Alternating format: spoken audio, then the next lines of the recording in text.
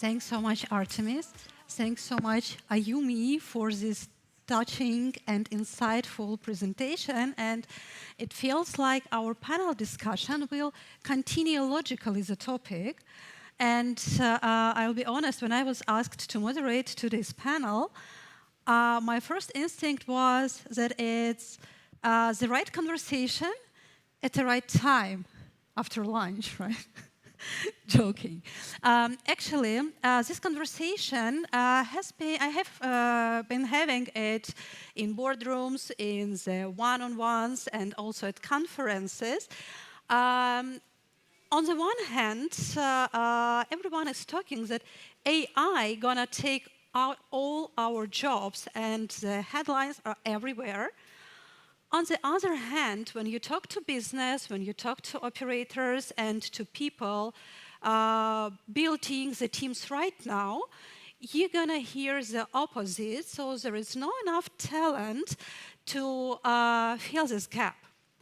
And this is where our today's conversation starts, because exactly in the middle, there is a talent pool that has entered the workforce. At the same time, they are leaving tech sector now, and I think you and I couldn't think of better three speakers to discuss it today, because we have a comprehensive view in regard of Cyprus ecosystem, in regards of government initiatives, and also global movement. Thanks a lot for being with us today. And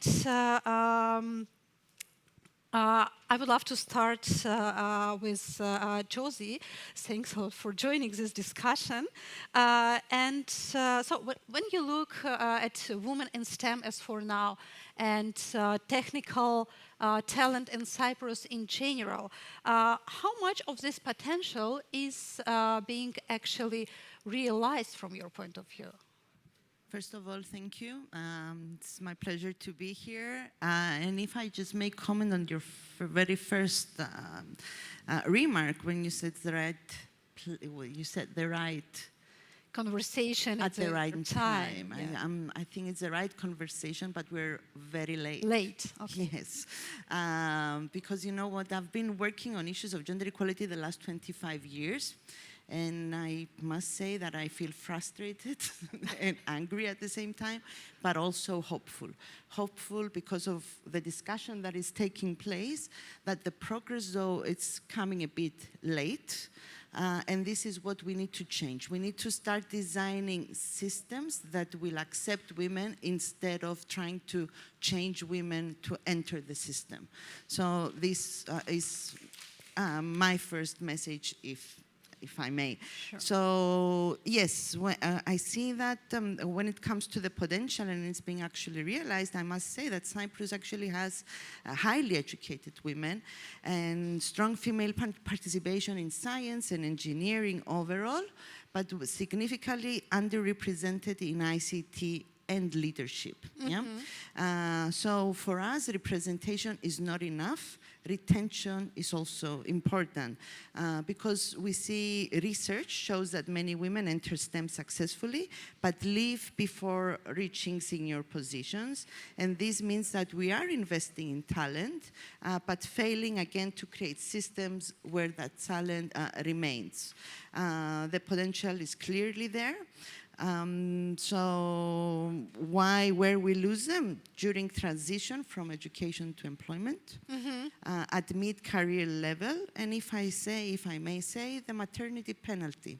It's the pipeline where we see women leaving this employment sector. Are there any specific numbers or indicators from government data that you find most telling or challenging? Yeah, we have different statistics from different sources. Yeah. If I just may say, just to inform the audience here as well, that it's since 2023, when I was also appointed, that we're working very, very closely with the statistical service so that we can have the true new numbers on all different fields and at all levels. And for the first time, we tried to gather information on this sector as well. So since in the latest statistics I have, if I may read them, in 2025, women represent only around 20.1 of employed ICT specialists in Cyprus. This means roughly that 4 out of 5 ICT professionals are men. At the same time, let me see, where did I put the other numbers here? 2024, women made up 34.2% of STEM graduates, and according to Eurostat, Cyprus ranks 21st out of 27 countries for women employed in ICT. And a positive statistic, according to, again, Eurostat, the share of women working as scientists and engineers in Cyprus sits at 42.3%, which outperforms actually the EU average, which is 40.5%. Yeah, it's a very interesting statistics, and talking numbers, I would like to ask Christina, so Tech Island and Women in Tech Cyprus commissioned IMR to dig deeper into this topic. Can you tell us a bit more about the findings? Hello everyone, and it's a pleasure to be here. First of all, I would like to congratulate Tech Island for this initiative and also for the initiative to take the survey, which we interviewed 320 women in STEM professions. Now, based on the findings, it's important to state that young girls, they grow up with the ambition or the interest to be following a tech or a STEM career. However, through the process, we see a lot of women stepping down, as Josie has said, not reaching the C-level positions, and that's like if we have 20% of women reaching the 20% C-level positions. Now, there's many reasons for this. The survey has showed one of the most important, it's the lack of support, the stereotypes, not accepting women as equally knowledgeable or able to acquire such positions. So it's a lot more difficult for women to have a career, especially in STEM, as we've seen. Very interesting, the presentation before. Even the AI machines are male-dominated. So it's a male-dominated field, the STEM overall, especially technology. So these are what the results show. That's more difficult for women to have a professional career in STEM. Yeah, thanks a lot for sharing this insight, and I think it really resonates pretty well with what Josie said. In terms of dominating male energy in tech field, how do you think, what could be a way to change it without the dominating group feeling attacked, right? So to make it as a joint energy. Okay, based on the findings, one of the key issues is during maternity or when women need to be off work for childbearing or giving birth or taking care of their children due to the field, because technology is rapidly evolving and changing. Those 4 or 5 or 6 months that a woman is out of work, this is a long enough time for women to have a gap between the knowledge and all the changes that are happening in technology. So that's number one. They don't get the right support when they come back to the office. And especially there's no daycare facilities for child caring, which is another important issue. Yeah. So, and especially we have 80% of women feeling that they have a burnout due to combining the work and child caring at home and not having a support system. But I'm sure Josie can answer much better of what is being done or being suggested by on a government level. Yeah, if we could turn back to Josie. I think Christina pointed out exactly the problems that we're facing, and this is why it's been 2 years that we tried to create more facilities for childcare so that women do not need to choose between work and family. That's the message that wants to come out of the government. So we're in the process of creating more child facilities. We have already extended all-day school, and this is an ongoing process actually, so that it can cover the whole of the island. At the same time, we took another measure for preschool education from the age of 4. We have extended maternity leave, and actually, and this is where we need the support from the society as well, I'm currently in discussions with the Minister of Labour so that we can extend paternity leave. The question that you make, that, you know, that men don't feel threat to that, I think it's crucial, and we need to involve men and boys in this discussion, and it's not only a discussion women between women, as we see today, and in every panel. I'm not talking about the panel, don't get me wrong, we need women on panels, but it's a discussion between women and women. So we need to involve men and boys in the discussion, we need to include them in this discussion. You're here, you're always our supporter. I'm glad that it's you, to be honest. But yes, so we need to change the culture, and we need to pass on the message that gender equality is not a competition between women and men. We want equal representation. We don't want 90% of women and 10% of men. We want 50-50 everywhere. Our society is 50% women, 50% men, and we want the decision-making to be compiled by 50% women and men, because our interests are different from the interest of men, stereotypically I'm talking now, yes? Our experiences are different of those of men, and this should be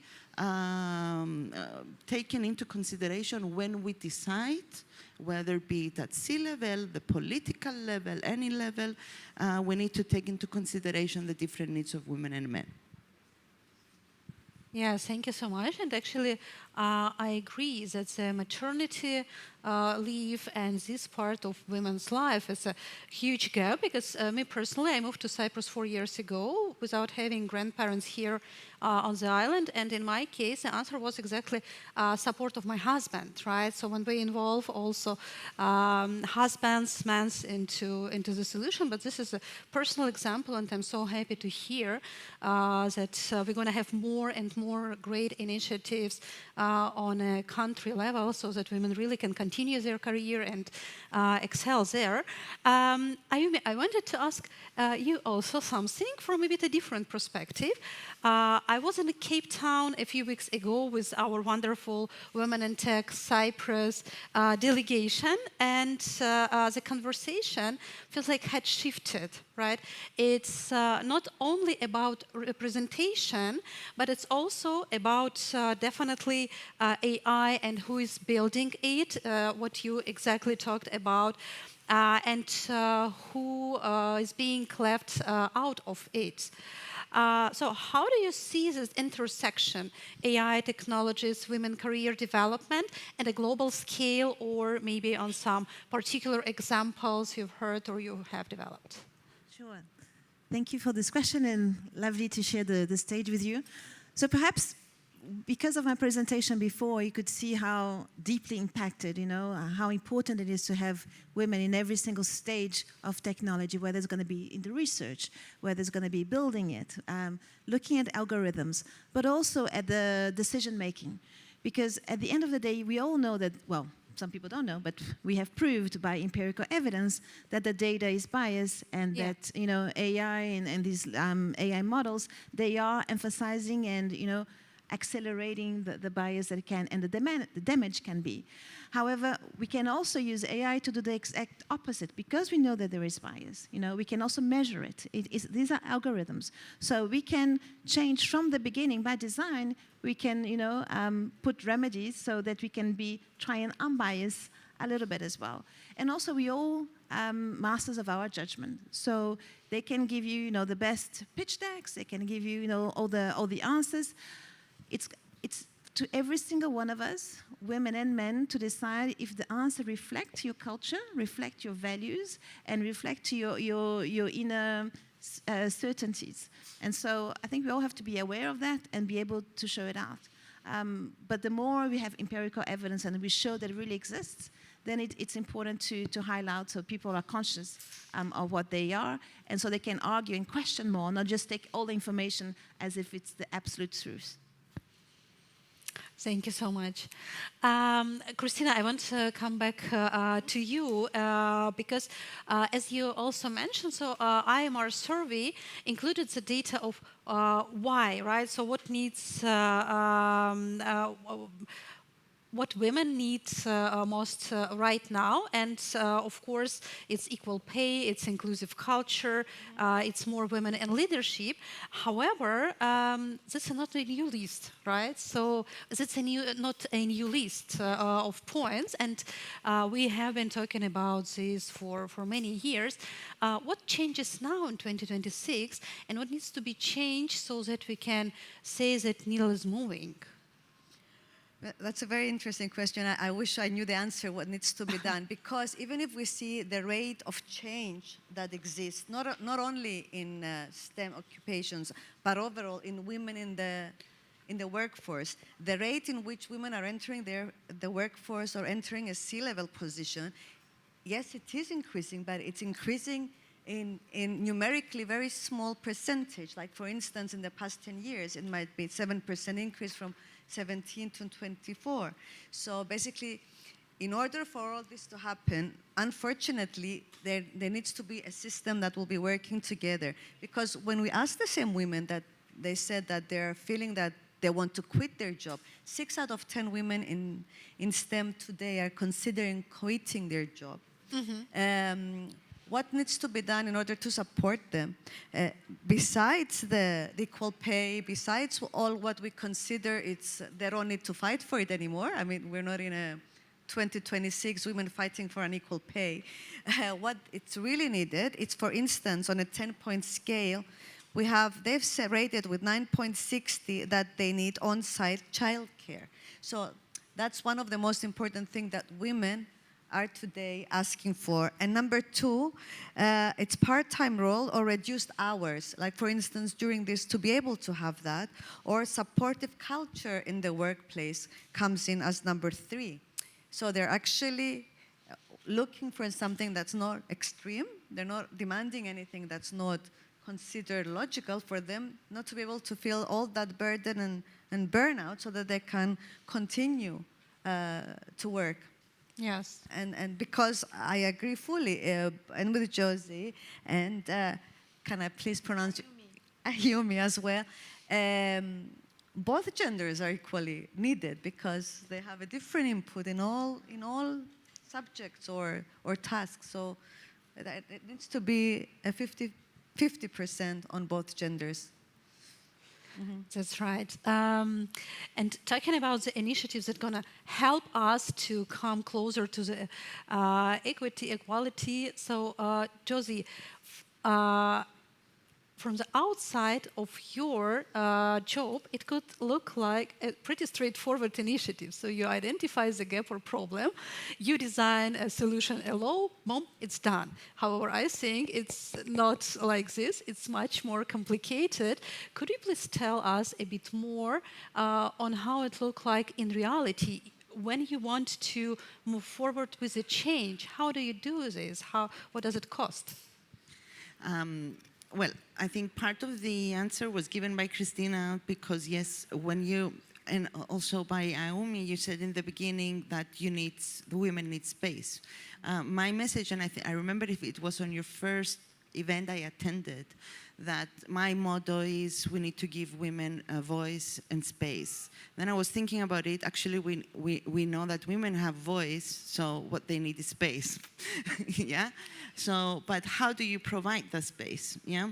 First of all is to combat gender stereotypes. We see from very young ages how before even boys and girls, before our children are born, once we learn the sex of our child, we place them into boxes. We have these gender revealing parties, right? Mm-hmm. So we have pink and blue already, Yeah, then there we give birth to our children, to be well, of course, in health, and then what we see, the rooms. We want kind of cute rooms and cute clothes for the one, and kind of more cool clothes and cool rooms for the other. Yeah, and then we have toys. And with toys, what we create? We create skills. So if we buy dolls and kitchens for girls, and boys are playing outside, what we teach them? That boys can explore the world, and girls should stay at home and be good carers. Yeah? So we need to start combating stereotypes. The most difficult, so to answer your question, the most difficult process is the system, the culture. This is the most difficult obstacle. We have legislation, and we will strengthen the legislation. We are going to transpose the EU directive on pay transparency, so we will have equal pay one way or another. We're going to transpose equal representation for women and men in stock companies. We will have equal representation, yeah? But how we are going to change the culture so once women are entering and are going higher and higher, will not face double and triple discrimination because they are women. Yeah? So we need to start from early age to break stereotypes. And when it comes to my role as commissioner to the president, to the government, I think one of the most successful it will show, I think, what we consider as a success is the fact that we just passed a legislation in Parliament on gender mainstreaming in the public sector and the wider public sector. And what do we mean by gender mainstreaming in public and wider public sector is that when a ministry or I will take the example of the ministry, when they're going to design a legislation, when they are going to draft a policy, they need to make at first a gender impact assessment to examine how this policy, how this legislation will affect men and women differently.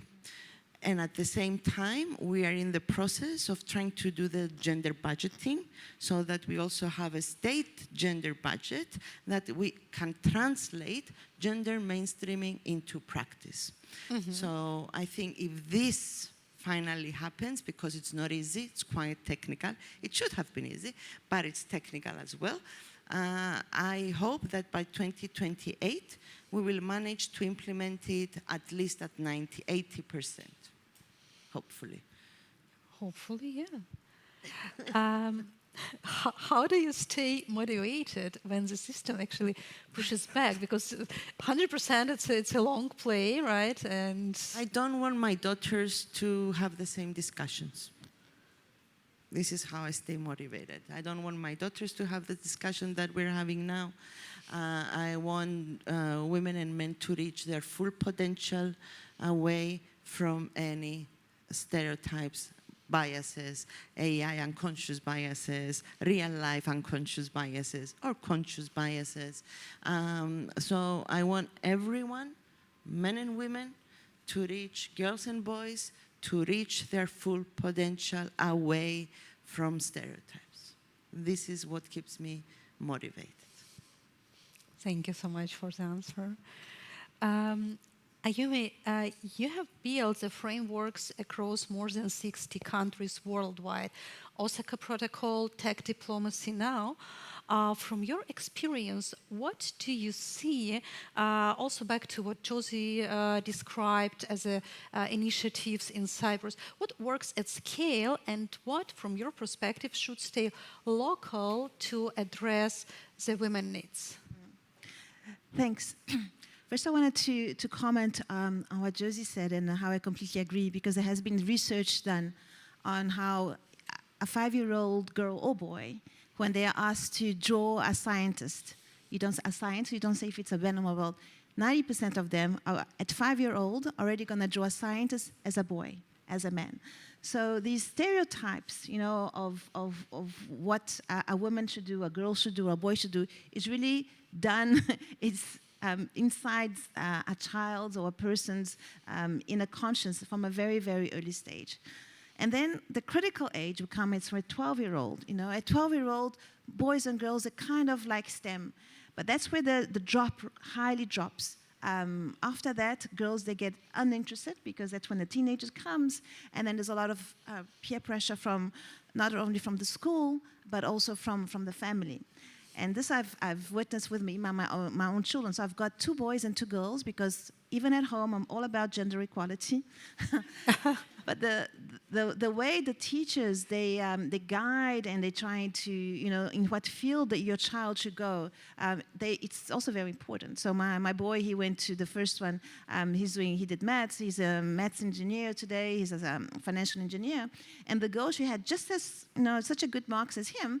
But then when deciding what to go, I said, well, you should do STEM. She says, no, Mom, my teacher said I've got very good marks, I should do law. Why is that? She says, well, and I said, well, listen to your mom, you know, I'm women in tech. She says, yes, but I think my teacher knows me better, so maybe I should, you know, take in her direction. So the support system, the whole of infrastructure of society, you know, comes from very early age. So as she rightly said, you know, you can change policies, you can make laws, you can put all of that, but the hardest thing to change, even Hillary Clinton said that, is people's mindsets and people's structure. That being said, to answer your question, yes, I think the policies that are the most effective are the ones that are that require people to give commitments.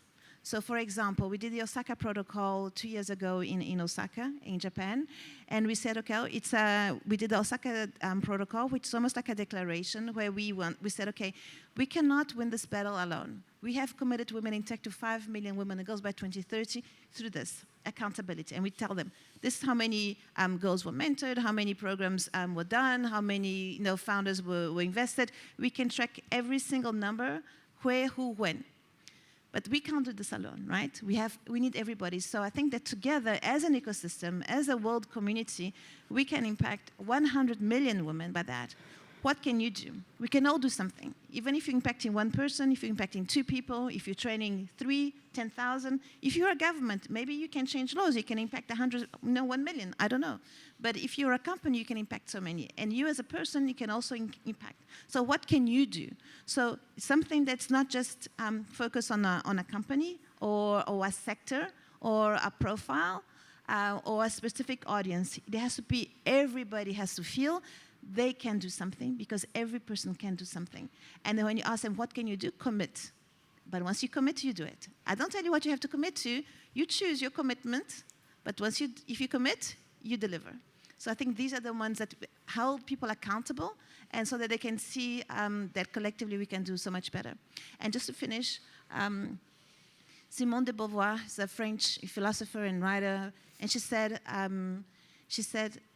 you have to remain, women, we have to remain vigilant through our lives, because it only takes a change in government, in politics, in religion, or an economic crisis for the women's rights to be lost. And this we see every single day. So yes, we have to be vigilant, and yes, we have to work together.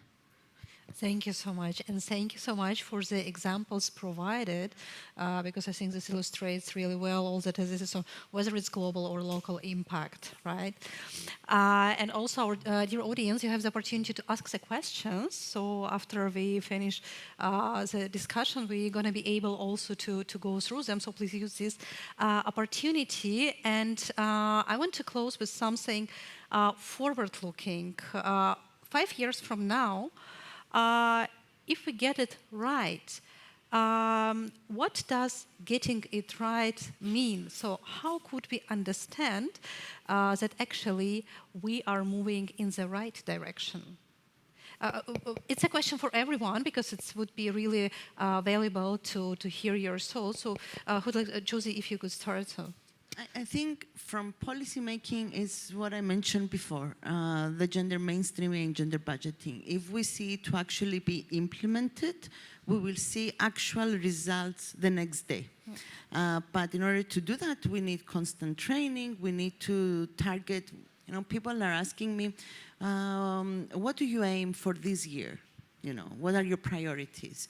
And I always reply, it's gender equality. It's not women in politics, it's not women in tech, not women in diplomacy, not women in maritime. It's gender equality. And the reason is because I like to work holistically away from ticking the boxes kind of method. Because if I don't work on reconciliation of family and professional life, while at the same time combating stereotypes, at the same time promoting role models on all fields, and at the same time creating legislation, policies, and have money to implement them, then I'm not doing it the right time, the right thing. So again, in 5 years from today, I would like to see gender mainstreaming and budgeting to be fully implemented. Thank you so much. Christina, what do you think? So I think the survey has answered what needs to be done, because if you allow me 2 minutes on, I would like to mention, we asked women in STEM, what do they experience in their workplace? And it's very interesting that 38% of women said, like today, I'm insisting on 2026 because I truly feel the world has changed, but still stereotypes and gender inequality remains very high on the agenda and needs to be done soon. 38% said that they experience today at the workplace gender stereotypes. 37%, they feel pressure to prove technical competences more than their male peers.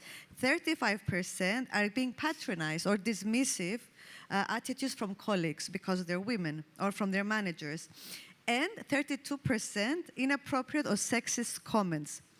And of course, lack of mentorship, and it goes on and on and on. So now we know what the problem is. We know what women face, and it is still in numbers, the problem exists in a great extent. But what I would say, and we've said it in the Tech Island the summit we had in Women in Tech in Nicosia, what's needed is more women as role models in all industry. So once we see women as role models, little girls as young as, as your daughter said, she doesn't have to get the acceptance of her teacher to follow her dream. So once we have more role models as women entering these professions and proving themselves, then I think this will change. And hopefully in the next 5 years, we'll see more women leading the way in more role model positions. Yes, thank you so much. I think the role model you can relate to, not someone super far from us, but someone you can relate to, works really well and inspires much more. Thank you.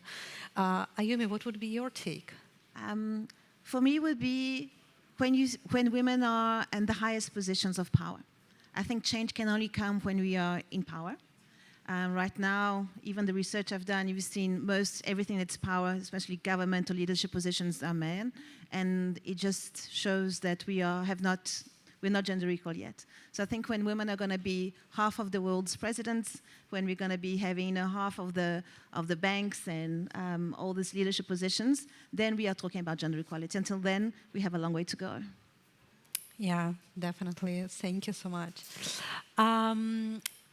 Tomorrow, someone from our 2 days audience gonna definitely make a hiring decision, a policy decision. What would be the one thing you want them to make differently in according to get closer to the unlocking this untapped potential? Differently, yeah. What could you think of?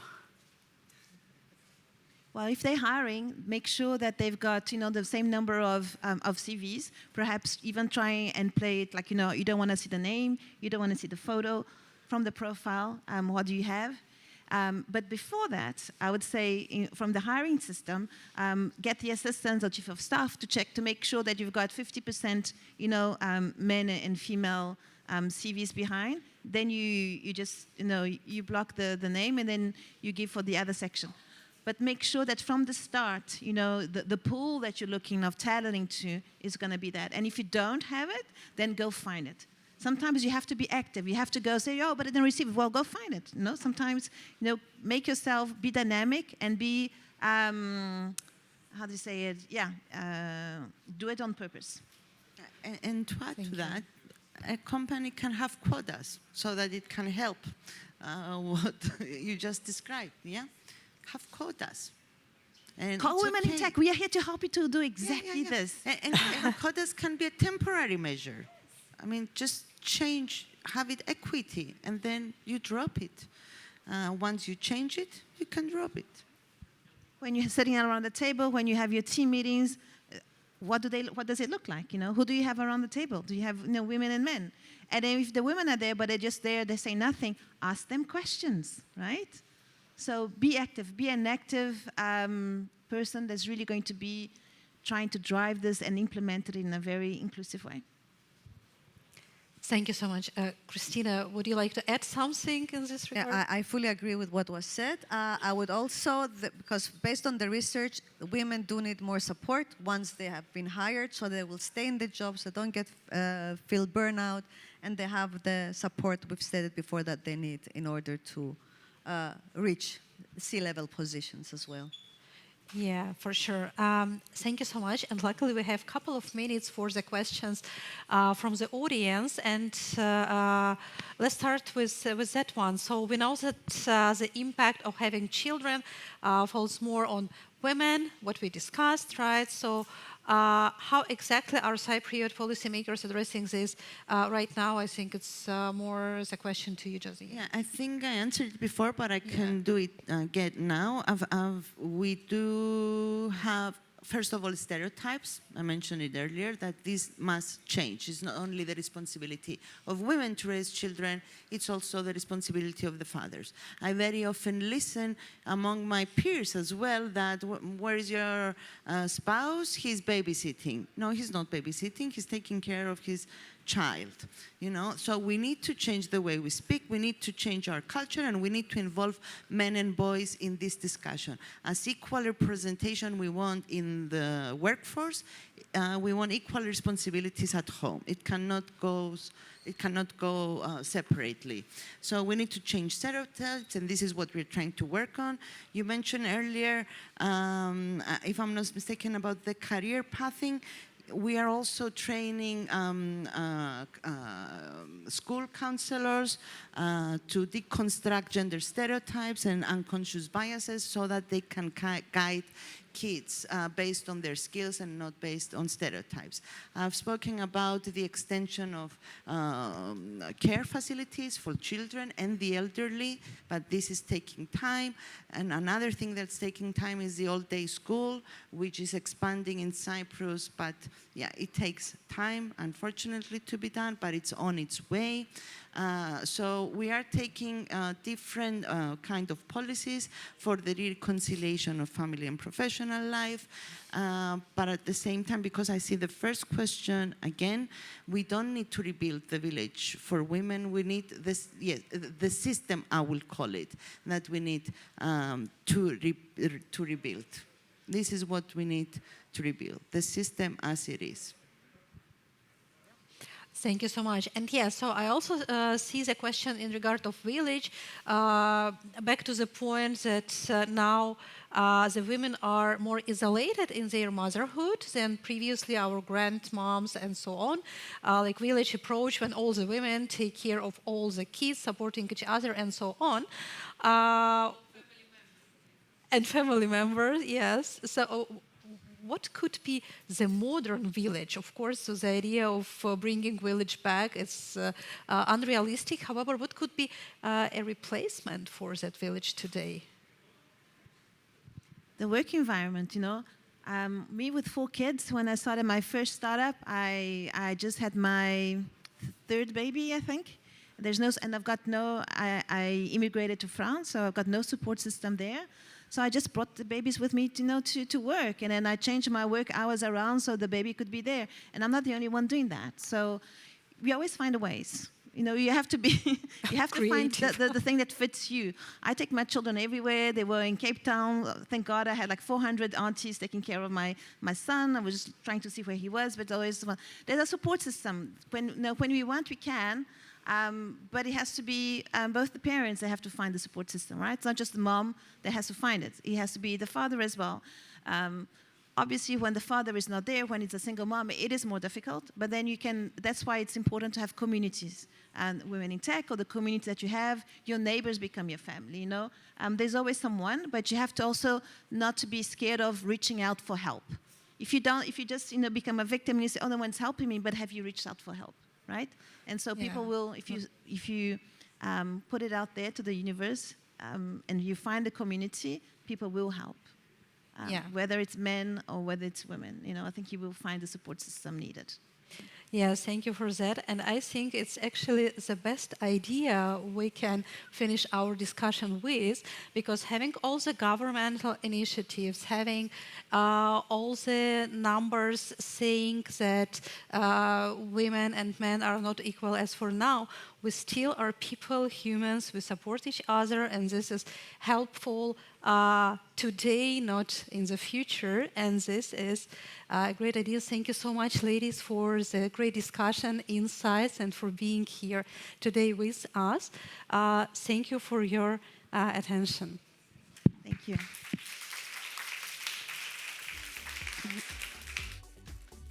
Thank you.